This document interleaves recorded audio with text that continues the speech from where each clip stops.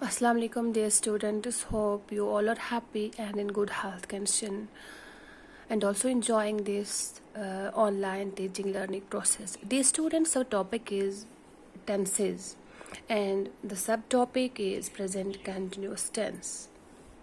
Dear students, जो मैंने आपको पहले ही एक्सप्लेन किया है that is what is tense and what are it is forms and that I also told you that every tense has just 4 forms, and I had already explained the present simple or present indefinite tense, and now I am going to discuss here about present continuous tense. Dear students, present continuous tense, it is used to indicate an action. It's used to indicate an action that is still going on in the near future, or we can say that present continuous is used to indicate an action that is happening now and is unfinished. Dear students, मैंने आपको पहले भी बोला कि present continuous हम किसको बोलते हैं कि present continuous हम अब ये जानना है कि हम present कंटिन्यूस कहाँ पे इस्तेमाल करते हैं. प्रेजेंट कंटिन्यूस मीन्स वो काम जो हम एट प्रेजेंट कर रहे होंगे पर अभी वो काम ख़त्म नहीं हो गया. हम यहाँ पे इसकी डिफिनेशन में लिखते हैं कि it's used to indicate an action. ये हमें वहाँ पे इस्तेमाल हो जाता है कि जब हम कोई एक्शन इंडिकेट करेंगे जो अभी चल रही होती हो, that is still going on, जो अभी जारी है, अभी ख़त्म नहीं है. हम ऐसे भी बोल सकते हैं कि प्रेजेंट कंटिन्यूस का इस्तेमाल हम ऐसे उस जगह करते हैं जब हमें ये इंडिकेट करना हो, ये दिखाना हो कि कोई काम अभी जो हम कर रहे हैं वो अभी हम प्रेजेंट में कोई काम कर रहे हैं पर वो काम अभी ख़त्म नहीं हुआ है, हुआ है अभी वो चल रहा है उस पर काम. जैसे कि हम अभी पढ़ रहे हैं, अभी हमने फिनिश नहीं किया है, अभी हमने फिनिश नहीं किया है.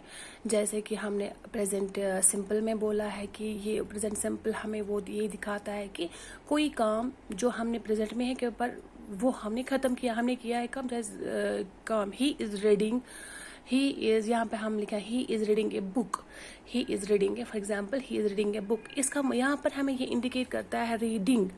He reads a book. अगर हम यहाँ पे प्रेजेंट सिंपल में हम यहाँ पे लिखते ही रीड्स ए बुक, उसने बुक पढ़ी है बट वो हमें दिखाया कि उसने प्रेजेंट में बुक पढ़ी है पर उसने शायद वो ख़त्म की है. बट इन कंटिन्यूस टेंस हमें ये दिखा रहे हैं कि he is reading a book. इसका मतलब ये है कि कोई पर्सन है, वो किताब पढ़ रहा है, वो किताब पढ़ रहा है, अभी उसने ख़त्म नहीं किया है. इट शोज दैट अभी उसने ख़त्म नहीं किया है. It shows that the work is still unfinished, अभी उसने कोई काम ख़त्म नहीं किया है. It means that present continuous is used to indicate an action that is happening now and is unfinished, अभी पूरा ख़त्म नहीं हुआ है.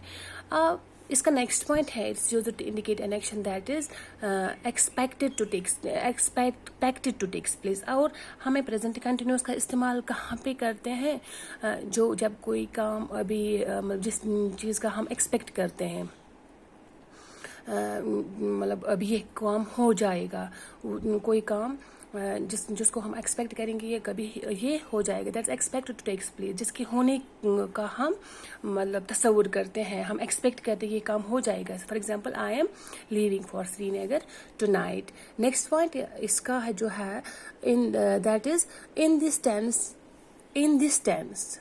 अब हमें ये ज़रूरी याद रखना है that is it is formula in this tense. इस टेंस में है अगर हमें क्या कौन से चीज़ क्या इस्तेमाल हो जाता है in this tense. Is, am, are is used. हमें कौन सा चीज़ इस्तेमाल आता है इसका, यहाँ पर हमें इज़ लगता है, कहीं एम लगता है और कहीं आर लगता है, but it is used before the first form of verb. ये हमें कहीं पे हमें इज़ का इस्तेमाल होता है, कहीं एम का इस्तेमाल होता है और कहीं आर का इस्तेमाल होता है. पर इन सारी चीज़ों का इस्तेमाल कब होता है, before the first form of verb. First form of verb उससे पहले हमें इन चीज़ों का इस्तेमाल हो जाएगा. उसके बाद आफ्टर दैट इंग इज एडेड, उसके बाद हमें इंग इसका लास्ट पे इसका इंग आता है। जैसे कि है हमने अगर कहीं सेंटेंस में आएगा, कहीं नीचे मैंने कुछ एग्जाम्पल्स दिए हैं। इन दिस टेंस जब हम कोई टेंस पहले आएगा उसको सब्जेक्ट आएगा, उसके बाद इज़ का इस्तेमाल होगा, कहीं एम का इस्तेमाल होगा, कहीं आर का, उसके बाद आएगा फर्स्ट फॉर्म ऑफ वर्ब, उसके बाद हमें इंग इसमें ऐड हो जाएगा।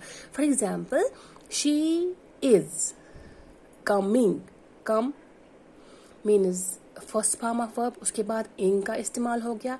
हियर टू मीट यू, पहले मैंने सब्जेक्ट का इस्तेमाल किया, फिर इज़ इस यहाँ पर यूज़ हो गया है, उसके बाद फर्स्ट फॉर्म ऑफ वर्ब इसमें यूज़ होगी, उसके बाद मैंने इसको इंग ऐड किया है।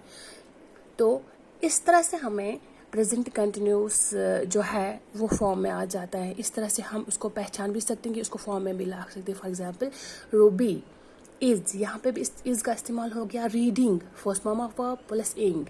ए नॉवल नाउ। इट इज़ फिर से इज़ का इस्तेमाल हो गया। Falling fall plus ing down. Number next है there, they are sleeping there, they are, फिर यहाँ पे आर का इस्तेमाल। दे, हमें ये ख्याल यहाँ पे किस चीज़ के साथ इज़ आएगा, किसके साथ एम आएगा और किसके साथ आर का इस्तेमाल होगा। They are sleeping, sleep first form of verb plus ing plus there. उसके बाद नंबर 5 मैंने लिखा है यहाँ पे वी आर का इस्तेमाल मैंने किया। Making, make plus ing a plan for your project. उसके बाद मैंने नेक्स्ट यहाँ पे लिखा है that is 6 point, I am mending my shoe. I am का इस्तेमाल हो गया। मैंडिंग, मैंड प्लस इंग माई शूज।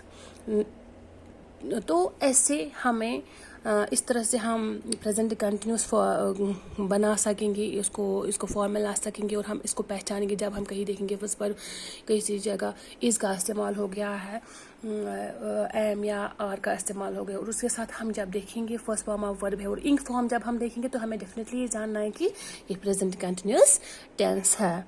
डियर स्टूडेंट्स, मैंने यहाँ पे फार्मूला लिख के भी रखी है कि सब्जेक्ट इसमें आता है और उसके बाद हमें इज़ आता है, एम आता है, आर आता है, प्लस वर्ब आता है, प्लस इंग आता है। तो this students, this all was about today's lecture. Hope you will learn it fully and try on your own at home to understand it well. Thanks. Have a nice day.